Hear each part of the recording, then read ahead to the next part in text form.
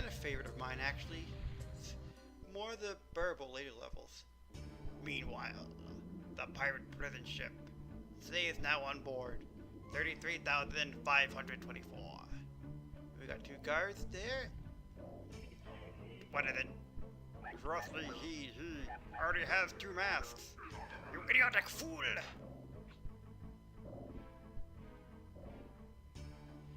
Go get him and bring him back to me dead or alive.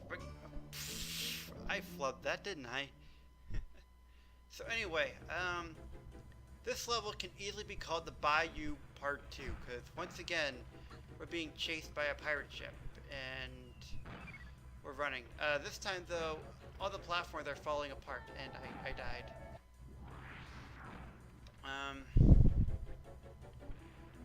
Yeah. So, this level is not quite as long as I remember it being. It feels longer when you're playing it, and but it's actually shorter. It's actually, god darn it, another level where I die a lot. Yeah, this level is actually more bearable. I know I made it seem like in back a few parts that you know, the levels get really long and tedious and monotonous, but this one isn't too bad. It's fun. It's very fast paced. You don't have a crap ton of branching pathways like you did in the Sanctuary of Stone and Fire. All right. So those cannonballs. So yeah, we also introduced here a new enemy, the evil shells, the red shells. You can't ride them, all they do is attack you. And there's a cage somewhere. Oh, it's over there.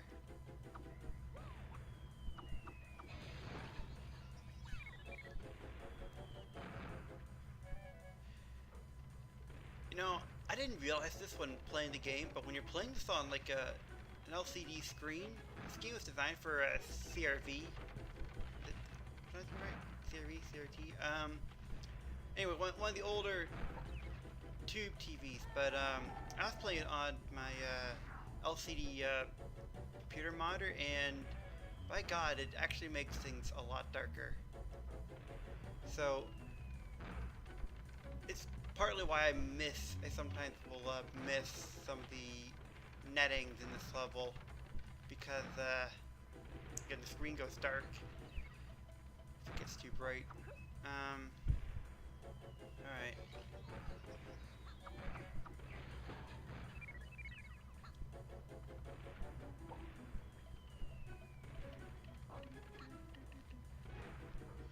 Oh yeah, I want to point out that I didn't actually show it off when I was in the Echoing Caves, but yeah, there is a pirate ship actually at the end of the Echoing Caves. It's the last level. Gosh darn. Yeah, see that spot. That is the one. That's what I mean. It was too dark to see the netting, and it blended right in with the wall. It wouldn't do that if you're playing on an old-fashioned TV. It would be much easier to see. But yeah, in the last level, there was a pirate ship near the end, and I didn't bother to look at it.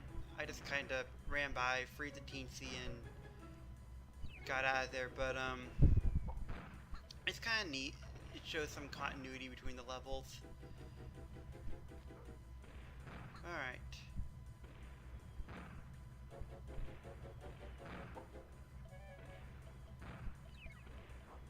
Yeah, this is a weird strategy I did with the netting. I would climb to the top and just keep hopping across, because it's actually way faster than climbing.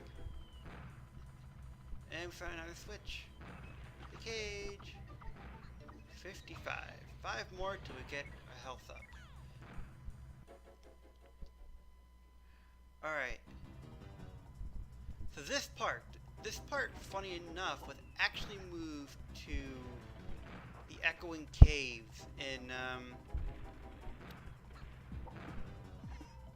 in Rayman Revolution, and I believe it was moved to the first part before you have to do the switches. I think. I may have that wrong. I'm not looking at the Wikipedia, the Ray Wiki article at the moment. It's a great site actually. It shows off like all the differences between the versions and stuff like that. I recommend you check it out. So yeah, this whole thing is like a sinking tower. Believe it or not, there's like a level like this in every numbered Rayman game. I say numbered because I don't know if it showed up in Origins or Legends. I don't remember anything really like it. I mean, I guess you could count the treasure chest levels like those, but it does appear in Rayman 3, and something like it does appear in the first Rayman. Not the tower. Oh, pirate! First part of the level, I think.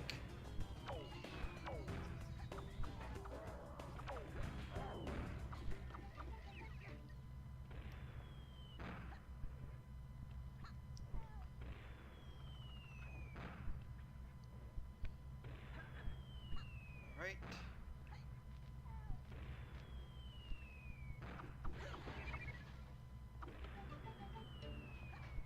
So yeah, that loom is easy, and one of those easy to miss looms because, again, you can't rotate the camera, and it looks like it might be the end of the bridge, so most people wouldn't think to look back there.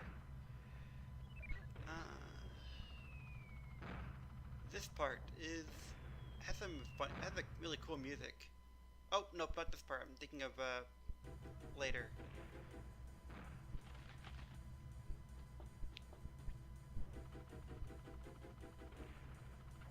Oh, I still like this music too.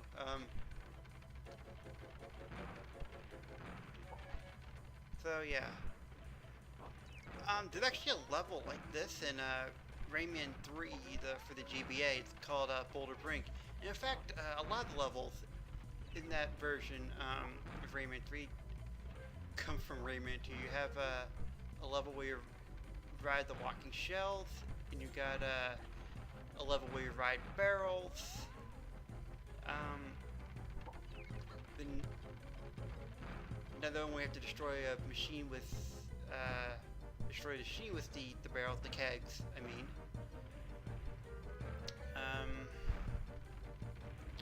Yeah, and there's even like challenges, lead challenges in that game. So you should check it out.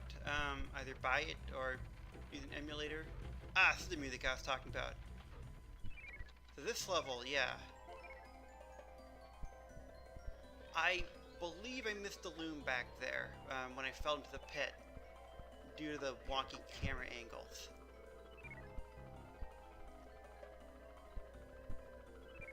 So this one, yeah, you have to use your helicopter ability. I kind of like it.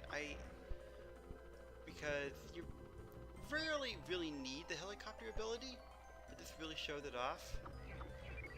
And you got the bombs that look like they're coming out of nowhere, but they actually do come from somewhere.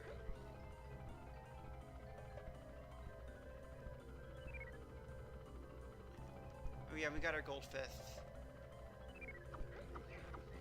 Yep, they're coming from that pirate ship over there. Oh boy. I really like it. I really like this music. You get the sense that, you know, it really matches the free fall. Unfortunately, you can't really free fall, otherwise you'll die because pop in and everything. The way the level pops in. All right. More running and oh come on, that is cheap. I fell between the platform and the side of the rock face. That is so cheap.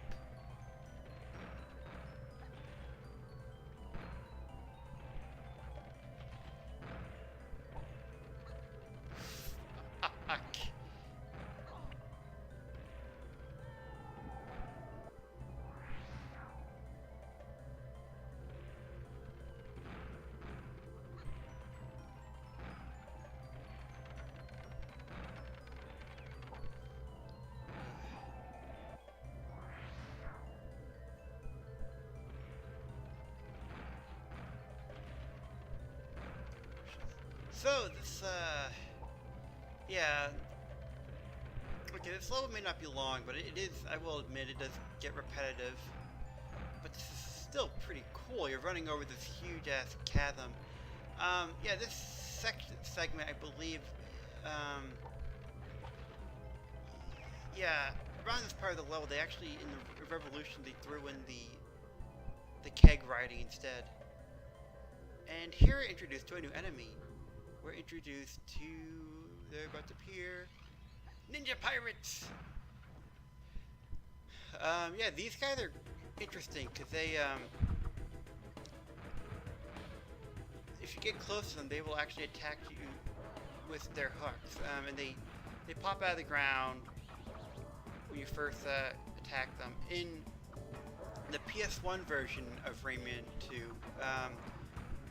they're actually more deadlier. They have like a camouflage. They can and they can teleport. And one of them actually had the name. It's the Ninja. He's the leader of the Ninja Pirates, and he's the boss of the Sanctuary of Stone and Fire. They also serve as generator guards in Revolution. But you can't defeat them in that game. Well, they have unlimited health, so you can knock them off a cliff, I guess. But yeah, you can't. But in Revolution, they have unlimited health, so you can't defeat them by usual means. So these two super looms over here, very easy to miss the first time you play the game. And yeah, you see we're missing a loom. Unfortunately, yeah, that was, I believe it was when we entered that running section where we jumped down. And yeah, and I said I thought we missed the loom. I think it was back there. I didn't see any other looms anywhere else. If we freeze the teensy, I'm just looking to see if the loom is over here somewhere.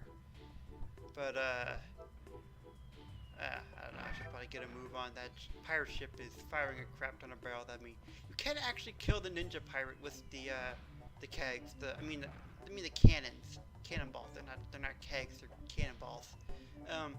Yeah, you can kill the ninja pirate with the cannonballs, but honestly, we have like crap ton of health, so it doesn't really matter. So we do a little dance, and we run around the cage area, make sure there's no looms in there either, and jump into our little portal. Come on, jump into the portal, jump to the portal. Yeah, it's a kind of a weird perspective. It's kind of easy to get confused because the camera doesn't follow you over there. Yeah, one loom short, no bonus level, and I don't think I ever actually show off getting the last loom in this level, which is unfortunate.